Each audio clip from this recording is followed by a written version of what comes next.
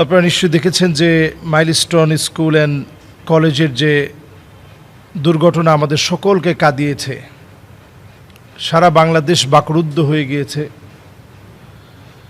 যারা তাদের সন্তানদেরকে হারিয়েছে মর্মান্তিক এই দুর্ঘটনার পরে,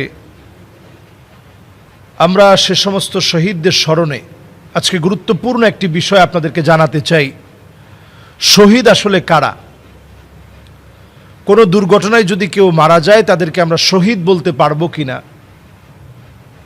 অত্যন্ত গুরুত্বপূর্ণ একটি বিষয়। নবীজি সাল্লাল্লাহু আলাইহি সাল্লাম একটি হাদিসের ভিতরে পূর্ণাঙ্গ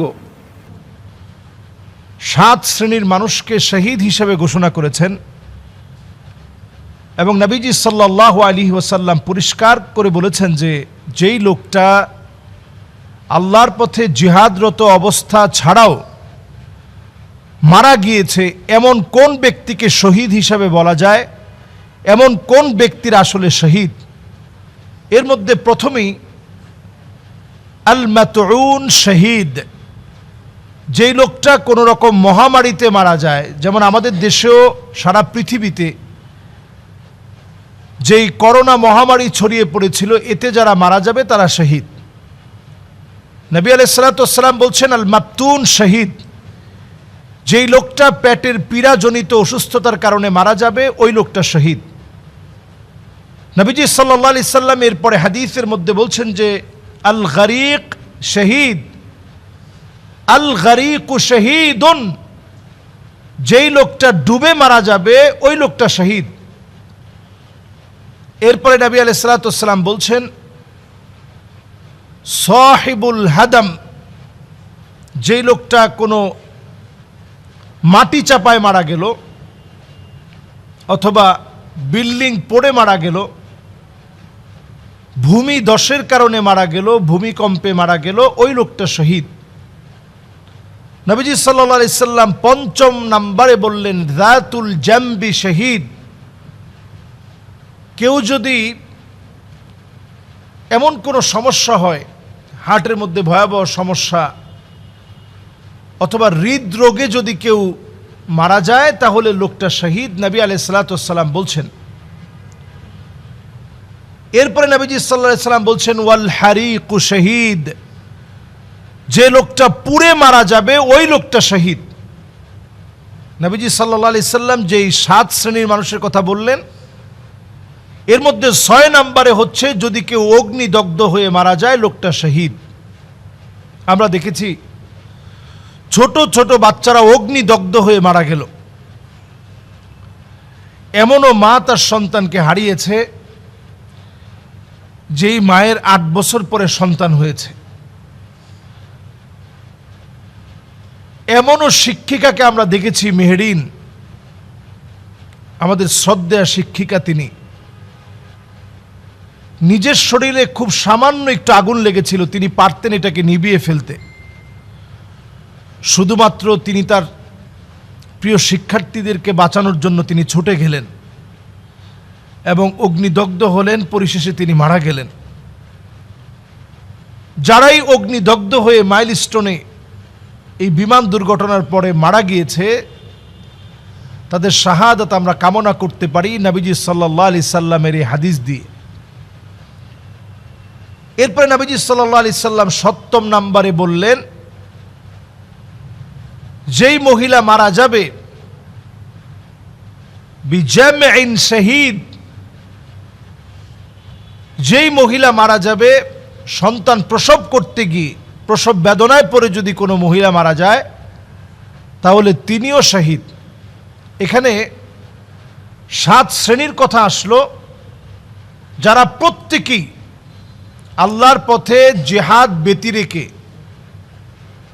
ভিন্ন ভিন্ন কারণে যারা মারা গেলেন এদেরকেও নবীজি শহীদ বললেন।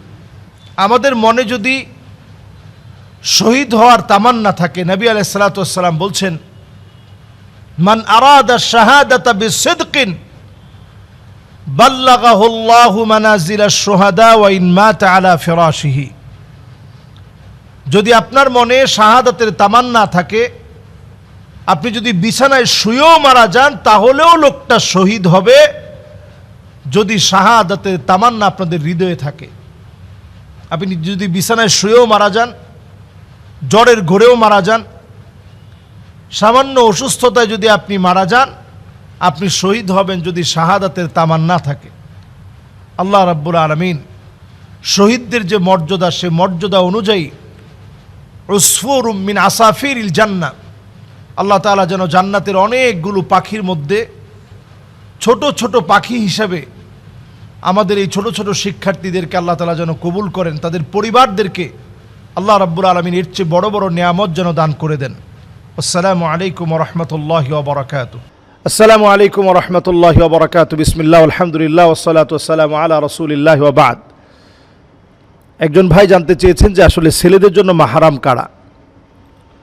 এটা অত্যন্ত গুরুত্বপূর্ণ। আমরা আমাদের সমাজে মাহরাম না চিনার কারণে প্রতিনিয়ত আমরা চোখ দিয়ে গুনাহ করছি, ইবাদতের স্বাদ বিনষ্ট হচ্ছে। আমরা পর্দা পুশিদা ভুলে থাকার কারণে আল্লাহ তাআলার ফরজ একটা বিধানকে প্রতিনিয়ত আমরা লঙ্ঘন করছি। ছেলেদের জন্য মাহরাম হচ্ছে মায়ের সামনে ছেলে যেতে পারবে, ফুফুর সামনে যেতে পারবে, খালার সামনে যেতে পারবে, শাশুড়ির সামনে যেতে পারবে। দুধ মা, যে মা ছোটবেলায় দুধ পান করিয়েছে, সে মায়ের সামনে যেতে পারবে। দুধ বোনের সামনে যেতে পারবে, নিজের বোনের সামনে যেতে পারবে, নানির সামনে যেতে পারবে, দাদির সামনে যেতে পারবে, নাতনির সামনে যেতে পারবে। আপন ছেলে আর মেয়ের যে নাতনি, সেই নাতনির সামনে আপনি যেতে পারবেন। আপন ছেলে মেয়ে ছাড়া অন্য কারো, যে নাতনি আমরা বলে থাকি, এরকম কোনো নাতনির সামনে কিন্তু আপনি যেতে পারবেন না। শরীয়ত এটাকে অ্যালাউ করে না। দুধ বোনের সামনে যেতে পারবেন, এবং আপনি আপনার নিজের মেয়ে, নিজের ভাতিজি, আপন ভাতিজি যে, তার সামনে আপনি যেতে পারবেন। ভাগ্নির সামনে, আপন ভাগ্নির সামনে, আপনার আপন বোনের মেয়ে, তার সামনে আপনি যেতে পারবেন। ছেলের বউয়ের সামনে আপনি যেতে পারবেন। এটার পর মহিলাদের মাহরাম হচ্ছে 14 জন। মহিলারা যেতে পারবে, বাবার সামনে যেতে পারবে, এবং চাচার সামনে যেতে পারবে, আপন চাচা, মামার সামনে যেতে পারবে, আপন মামা, শ্বশুরের সামনে যেতে পারবে, আপন শ্বশুর, মামা শ্বশুর, চাচা শ্বশুর এগুলো না। খালু শ্বশুর, ফুফা শ্বশুর হারাম, যেতে পারবেন না। এরপরে মহিলারা যেতে পারবে আপন ভাইয়ের সামনে, নিজের দাদার সামনে, নিজের নানার সামনে, নিজের নাতি, ছেলের ঘরের হোক মেয়ের ঘরের হোক, এই নাতির সামনে যেতে পারবে। আপন দুধ ভাইয়ের সামনে যেতে পারবে, ছেলের সামনে যেতে পারবে, ভাইয়ের ছেলের সামনে যেতে পারবে, বোনের ছেলের সামনে যেতে পারবে, আপন ভাইয়ের ছেলে, বোনের ছেলে, মেয়ের জামাইয়ের সামনে যেতে পারবে, দুধ ছেলের সামনে যেতে পারবে। এছাড়া অন্য কারোর সামনে আপনি পর্দাবিহীন আপনি চলতে পারবেন না, যেতে পারবেন না, দেখা সাক্ষাৎ দিতে পারবেন না। আমাদের দেশে অনেকে আমরা এই বিষয়টা বুঝি না, বুঝলেও বুঝার মতো বুঝি না। বাংলাদেশে পর্দা কয়েক স্টাইলে হয়। এক স্টাইল হচ্ছে বাহিরের কোনো লোকের সামনে যায় না, কিন্তু খালতো ভাই, ফুফাতো ভাই, মামাতো ভাই, চাচাতো ভাই সবার সামনে যায়। এই পর্দা, এটা কোনো পর্দা না। আরেকটা পর্দা হচ্ছে খালতো ভাই, ফুফাতো ভাইয়ের সামনে না গেলেও দেবরের সামনে যায়, আরও হাবিজাবি কিছু মানুষের সামনে যায়। এটাও কোনো পর্দা না। পর্দা হচ্ছে আল্লাহ তাআলা যে মাহরামকে নির্ধারণ করে দিয়েছেন, এরা বাহিরে, এর বাইরে আপনি অন্য সবার সামনে নিজেকে অবশ্যই আপনি পর্দার সামনে রাখবেন, পর্দার সহিত আপনি চলবেন। এটার নাম পর্দা। এই বিধানকে আল্লাহ রাব্বুল আলামিন ফরজ করেছেন, এবং প্রতিনিয়ত ফরজ। 24টা ঘন্টা ফরজ। 24টা ঘন্টার প্রত্যেকটা মিনিটের, প্রত্যেকটা সেকেন্ডের, ইকো সেকেন্ড, ন্যানো সেকেন্ড পর্যন্ত আপনার জন্য এটা ফরজ, মানতে হবে আপনাকে।